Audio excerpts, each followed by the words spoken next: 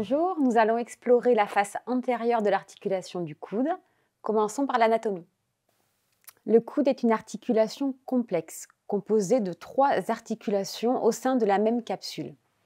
Une articulation huméro-ulnaire à 1 degré de flexion, qui est une articulation trochléenne. Une articulation huméro-radiale à 2 degrés de flexion, qui est une articulation condylienne. Et une articulation radio-ulnaire proximale à 1 degré de flexion, qui est une articulation trochoïde inversée. La face antérieure du bras va être habitée par 2 corps musculaires, le muscle biceps brachial en superficie et le muscle brachial en profondeur. Ces 2 muscles sont innervés par le nerf musculo-cutané qui va cheminer à l'interface entre ces 2 structures. Le muscle brachial est un muscle fléchisseur et va s'insérer distalement sur le processus coronoïde. La particularité de l'anthèse distale du biceps brachial est double. La première est qu'il existe une expansion aponevrotique de topographie médiane naissant à la jonction musculo-tendineuse qui va venir recouvrir le nerf médian et l'artère humérale et venir se terminer sur le fascia antébrachial. La seconde est que le tendon distal du biceps brachial est double. Il comprend 2 faisceaux, un faisceau médial qui naît du chef court et un faisceau latéral qui naît du chef long. Les 2 faisceaux vont venir s'insérer sur la tubérosité bicipitale du radius.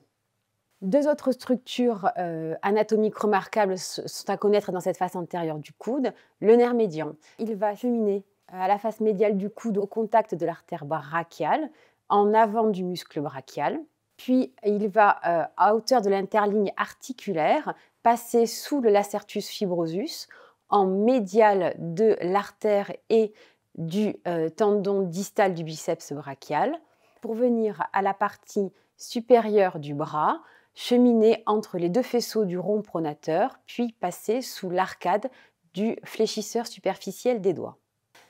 La dernière structure est le nerf radial. Elle va perforer le septum intermusculaire latéral pour cheminer dans la loge antérieure entre le muscle brachial en profondeur et le muscle brachioradial en superficie.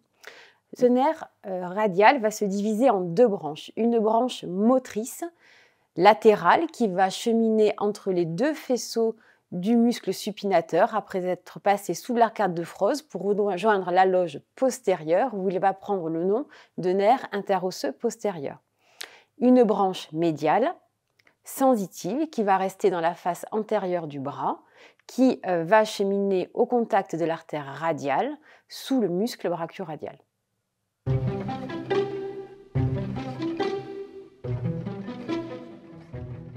Pour l'analyse de la partie antérieure du coude, je vous propose d'analyser successivement la partie articulaire avec les articulations huméro-radiales et huméro-ulnaires, l'insertion distale du tendon du muscle biceps brachial, puis les nerfs médian et radial.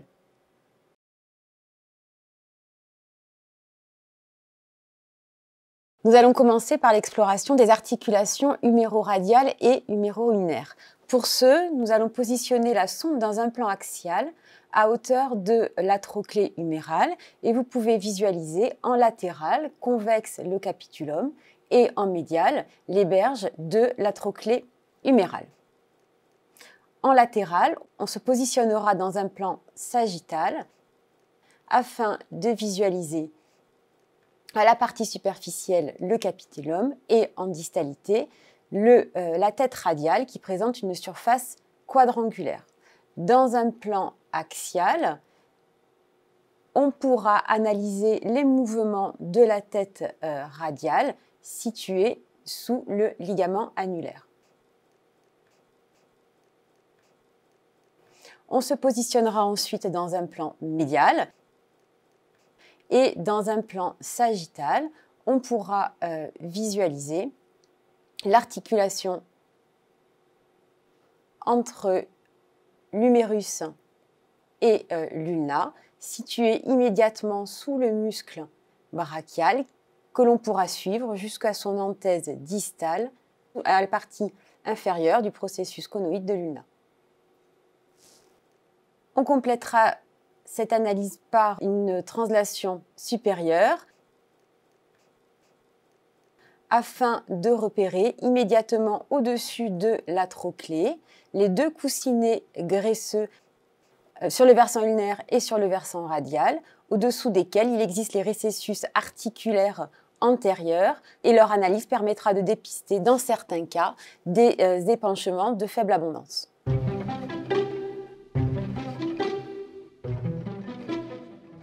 La loge antérieure du bras va être occupée par deux chefs musculaires. À la partie superficielle, vous avez ici le chef musculaire du muscle biceps brachial, et à la partie profonde, plaqué contre la diaphyse humérale, le muscle brachial.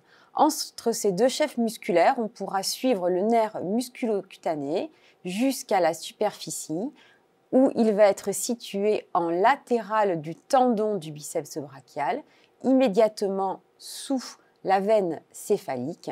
À partir de cet endroit, il est nommé nerf cutané latéral de l'avant-bras et il a une fonction uniquement sensitive.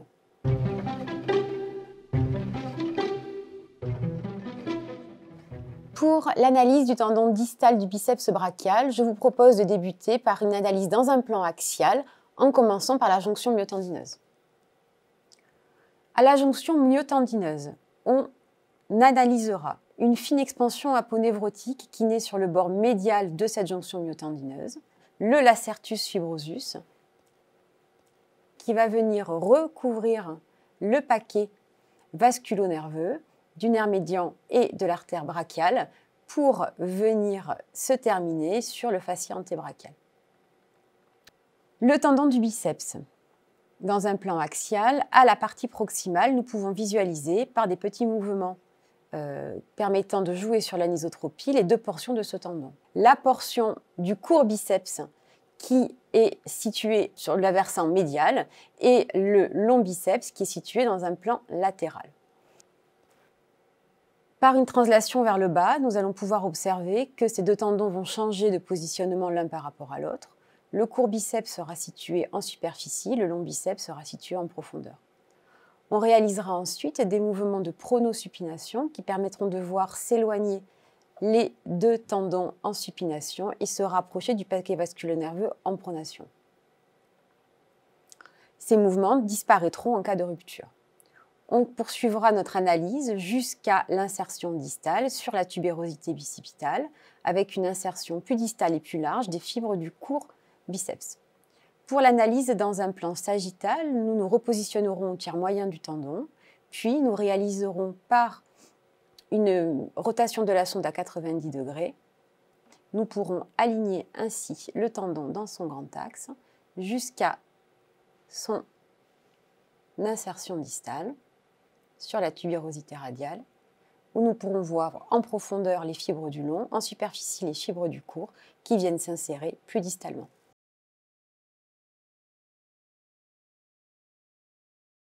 Lors de l'analyse de la face antérieure du coude, on analysera également le nerf médian. Au tiers moyen du bras, le nerf médian, ici, chemine au contact de l'artère humérale entre le muscle biceps brachial en superficie et le muscle brachial en profondeur. À hauteur de la jonction myotendineuse du biceps brachial, le nerf médian va être recouvert par la fine expansion aponévrotique qui est le lacertus fibrosus. Il va ensuite poursuivre sa course en distalité où il est d'abord recouvert par le faisceau huméral du rond pronateur. Vous avez ici toujours en profondeur le muscle brachial, puis passer entre les deux faisceaux du rond pronateur, le faisceau huméral en superficie, le faisceau ulnaire en profondeur, et enfin passer ici sous l'arcade du fléchisseur superficiel des doigts.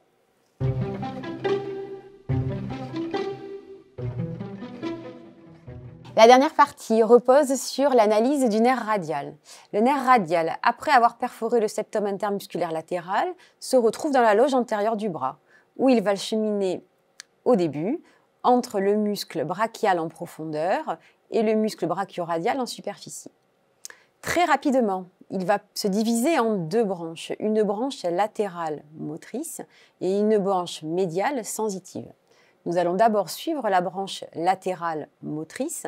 Cette branche latérale motrice va venir se positionner entre les deux faisceaux du muscle supinateur. Vous avez ici le faisceau superficiel, ici le faisceau profond. Lors des manœuvres de pronosupination, on pourra mieux analyser cette branche qui sera moins comprimée entre les deux faisceaux lors des manœuvres de pronation. On réalisera également à ce niveau de coupe une coupe sagittale afin de voir le nerf radial pénétrer entre les deux faisceaux du supinateur sous l'arcade de Froese. L'analyse cette fois-ci de la branche médiale sensitive. Cette branche médiale va être cheminée dans la loge antérieure du bras. Elle va rejoindre l'artère radiale que vous avez ici et être située sous le muscle brachioradial.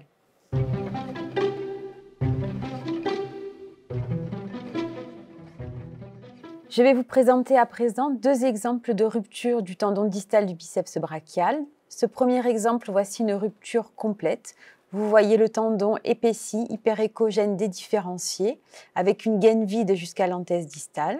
Je reviens en arrière pour vous montrer l'aspect épaissi à la portion médiale du lacertus fibrosus. Dans un plan sagittal, vous pouvez mesurer la rétraction du tendon depuis le moignon distal jusqu'à la tubérosité bicipitale du radius.